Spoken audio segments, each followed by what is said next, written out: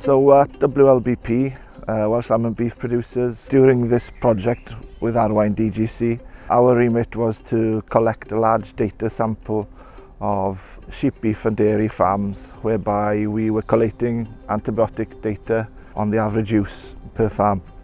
The system works where the farmer engages with the vet, so there's no additional work as such for the farmer. What they need to do is engage in the process, explain or discuss what they've been doing over the previous year with the vet. The vet looks at the prescribing that's been undertaken in the past 12 months and uses what we call a WLBP AMU calculator to have the end result really. So pulling data from different sources, running an algorithm, then generates a report.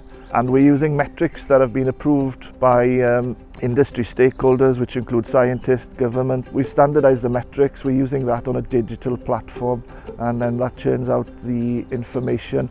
And later this year, we will be publishing a report which will explain what we've seen over the current couple of years really.